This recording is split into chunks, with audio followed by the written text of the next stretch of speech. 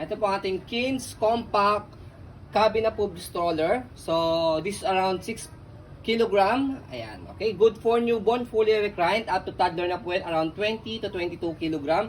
Already washed and ready to use na po ito. Ayan, okay. So, ito po yung details po niya 1 by 1. So, color black siya. Ayan. Black. So, ito po siya. Ayan. Parang Pwede siyang light full brown. canopy dahil adjustable yung kanyang canopy. Ayan, meron siyang zipper dito. And then, meron siyang peekaboo. Magnetic po yan. Ayan. Okay. So, pwede nyo siyang unzip para ganyan yung kanyang canopy. Ayan. Okay. And then, next natin, ito po yung kanyang pagkakahiga. Ayan. Okay, mahaba siya. Okay, 5 harness. Safe na safe si baby. Wala po yung putol. Ayan. Okay. So, next natin, ayan. So, meron siyang kasamang foot map. Ito, foot map for newborn. Pag toddler na naman si baby, pwede nyo naman po ngayon tanggalin na. Ayan, okay. Battery mo na ba ito? Ayan, okay. Tanggalin nyo lang po siya sa kanyang ayan, strap. Ayan. Babalik na rin nyo na siyang ganyan. Ayan, so Kins. So, kailang brand po yan. Branded yan. Ayan, okay. So, yan yung kanyang leg rest. Adjustable po yan, ha. So, pwede nyo po yung ibaba. So, ito, this one, pwede siyang lagyan dito ng bar. Yan, front handle. So, pwede rin ito. Ito na mismo front handle niya. 3 kasi yun pag bibili nyo kay Kins. Yes. So, dito, sa both side, meron kayo ipipress dyan para buwaba itong kanyang leg rest. Ayan. Okay, so upo natin siya. Sorry nga po. Katawan. Yung upong-upo niya.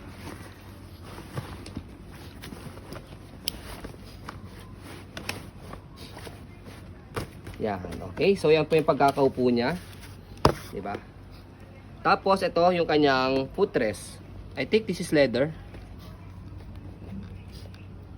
So, this is pre-laba. Expect minimal scratch. Yeah, especially dito sa harapan dahil yan yung mga natatamaan.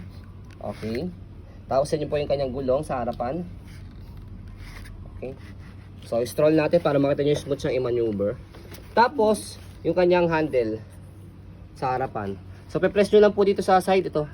Itong side ito. Pag lalagay o tatanggalin si baby. Okay.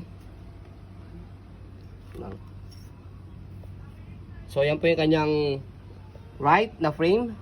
Right side. Tapos, sa kabilang side. Ayan. Okay. So, sa likod naman po, para makita po ninyo yung kanyang gulong sa stopper. Ayan. So, green naka-go. So, press nyo lang po siya. Ayan, baba. Red naka-stop. Okay. So, gulo niya okay na okay. Basket. Ayan, okay na okay yung basket niya. Na-extend yan. Okay.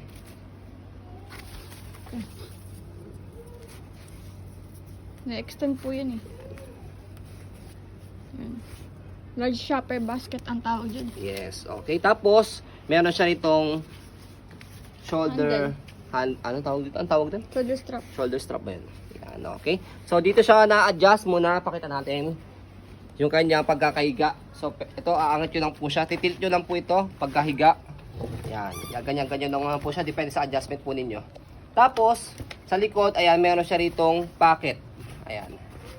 May pocket siya dyan. And then, meron siya zipper dyan para ma-adjust nyo po siya. Makita nyo po si baby dito. Ayan. Okay. Yung design niya, same as looping squeeze.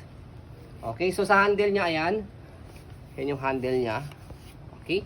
So, next natin, stroll muna natin siya to make it sure na wala siyang problem regarding sa kanya mechanism. Ayan. Smooth po nito. Okay. So, next natin, sa pag-fold po sa kanya, fold lang yung canopy. And then, upo lang natin siya. Tapos, sa handle, slide nyo lang po ito and then press yung ilalim. Kasi kapag hindi nyo po slide po ito, nakalock siya. Okay, so, try natin. Slide and press. Tapos, pull down. Ayan. So, ayan, kailangan pala nakahiga siya. Hindi siya katulad ng looping pag pinold. Bigyan mo natin yan. Slide and press, pull down. Tapos, yan. Compress nyo lang siyang ganyan. Meron siyang lock dito sa gilid. So, ayan siya kapag ka naka-fold. Pwede siyang hand carry, ah. Hindi naman kayo mabibigat dito na nasa around 6 kg lang siya. Ayan.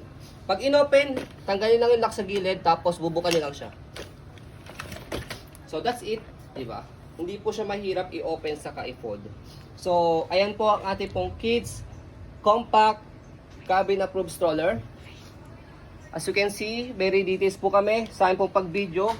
Kasi kami siya policy, no refund, no exchange. What you see is what you get.